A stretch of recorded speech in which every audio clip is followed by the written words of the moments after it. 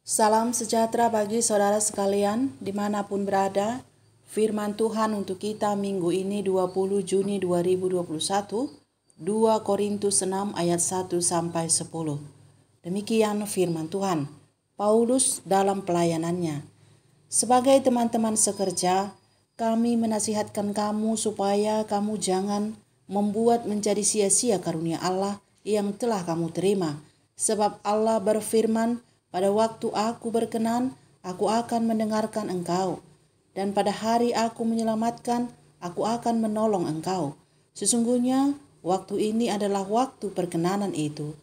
Sesungguhnya hari ini adalah hari penyelamatan itu. Dalam hal apapun, kami tidak memberi sebab orang tersandung, supaya pelayanan kami jangan sampai dicela. Sebaliknya dalam segala hal, kami menunjukkan bahwa kami adalah pelayan Allah, yaitu dalam menahan dengan penuh kesabaran, dalam penderitaan, kesesakan, dan kesukaran, dalam menanggung dera, dalam penjara dan kerusuhan, dalam berjeripaya, dalam berjaga-jaga dan berpuasa, dalam kemurnian hati, pengetahuan, kesabaran, dan kemurahan hati, dalam Roh Kudus dan kasih yang tidak munafik, dalam pemberitaan kebenaran dan kekuasaan Allah, dengan menggunakan senjata-senjata keadilan untuk menyerang ataupun untuk membela, ketika dihormati dan ketika dihina, ketika diumpat atau ketika dipuji, ketika dianggap sebagai penipu namun dipercayai, sebagai orang yang tidak dikenal namun terkenal, sebagai orang yang nyaris mati dan sungguh kami hidup, sebagai orang yang dihajar namun tidak mati, sebagai orang yang berduka cita namun senantiasa bersuka cita, sebagai orang miskin namun memperkaya banyak orang, sebagai orang tak bermilik sekalipun kami memiliki segala sesuatu. Sampai di sini firman Tuhan. Saudara-saudara yang terkasih di dalam Yesus Kristus, tema khotbah untuk kita minggu ini pelayanan yang penuh kasih. Pelayanan yang penuh kasih dilakukan oleh pelayan-pelayan yang penuh kasih. Pelayan yang penuh kasih tidak membiarkan jemaatnya disesatkan oleh pengajar-pengajar palsu. Ia akan mengingatkan jemaat itu supaya kembali kepada pengajaran yang benar. Seorang pelayan yang penuh kasih haruslah seorang yang beroleh kasih karunia untuk mengetahui kebenaran Injil. Sebab jikalau tidak, maka mustahil ia menunjukkan kesalahan-kesalahan pengajaran yang menyusup dalam jemaat. Ia akan merasa semua pengajaran itu sama saja, yang penting tidak ada gejolak dan tampak baik-baik saja. Tetapi pelayan yang beroleh pengetahuan tentang kebenaran akan memahami dan bisa membedakan mana ajaran yang sesat dan mana ajaran yang benar. Inilah yang dilakukan Paulus dalam suratnya yang kedua kepada jemaat Korintus kala itu, supaya mereka berhati-hati terhadap penyesat-penyesat yang datang seperti malaikat terang. Lihat 2 Korintus 11 ayat 13 sampai 15. Demikian dituliskan di sana. Sebab orang-orang itu adalah rasul-rasul palsu, pekerja-pekerja curang yang menyamar sebagai rasul-rasul Kristus. Hal ini tidak usah mengherankan, sebab iblis pun menyamar sebagai malaikat terang. Jadi bukanlah suatu hal yang ganjil jika pelayan-pelayannya menyamar sebagai pelayan-pelayan kebenaran. Kesudahan mereka akan setimpal dengan perbuatan mereka. Pelayan yang penuh kasih tidak membuat tersandung siapapun, sehingga pelayanannya tidak tercela. Tetapi sebaliknya menunjukkan bahwa dia adalah pelayan Tuhan yang menahan penderitaan dengan penuh kesabaran, menanggung dera dalam kesesakan dan kesukaran. Ia tidak mengeluh sekalipun dia dianggap buruk, tapi yakin bahwa di balik anggapan itu tersimpan hal-hal baik yang sangat berharga dan mulia. Dikatakannya, walau dianggap penipu, namun dipercaya.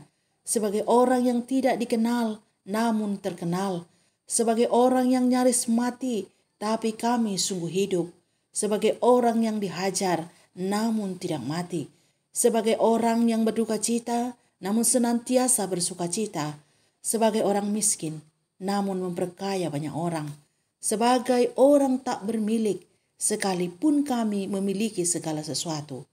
Penderitaan dan kesukaran tidak membuat pelayan Tuhan yang penuh kasih terpuruk dan menyerah atas keadaan yang sulit. Pelayan Tuhan yang penuh kasih tidak membebani jemaatnya, tetapi mereka berjerih payah mencukupkan keperluannya. Itu bukan berarti mereka menolak pemberian jemaatnya, tetapi mereka tidak mau kalau jemaat itu harus terbeban karena keberadaan mereka. Pelayan yang penuh kasih juga terkadang melakukan serangan dan pembelaan diri.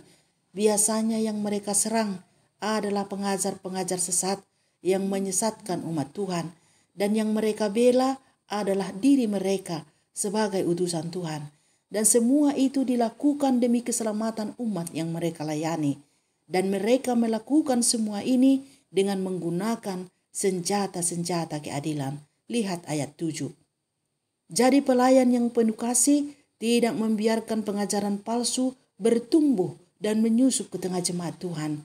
Mereka harus diserang supaya mereka meninggalkan kejahatannya yang ingin mencari keuntungan dari pelayanannya.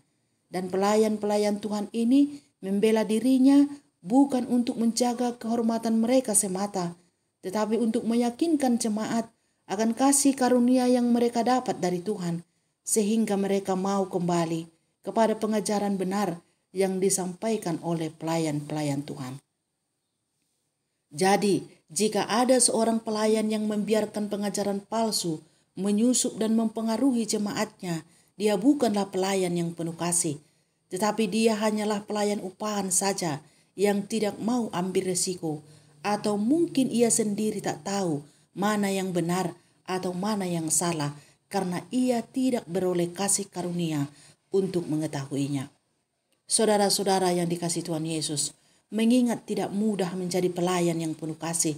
Baiklah semua umat berdoa untuk pelayan-pelayan Tuhan, supaya diberi hikmat dan kekuatan dalam pelayanan, menanggung penderitaan dengan penuh kesabaran. Kalau mendoakan pun tidak sempat, setidaknya jangan menambahi penderitaan mereka, menolak dan merendahkannya karena keberadaannya yang tampak rendah. Sebab sesungguhnya Kristus Yesus selalu menyertai mereka. Dan lagi, berdoalah supaya Roh Kudus dicurahkan kepada seluruh umat Tuhan dimanapun berada, supaya tidak terpengaruh oleh ajaran-ajaran sesat, sehingga tidak menjadi sia-sia kasih karunia yang diberikan Tuhan Allah.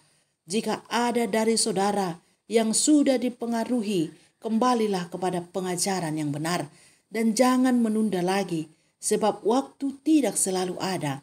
Dan jika sampai saat ini masih ada waktu, itu adalah waktu perkenanan Allah. Di saat itu Allah akan mendengarkan dan akan menolong setiap orang yang mau mendengarkan berita kasih karunia itu. Dan sekaranglah waktu perkenanan itu.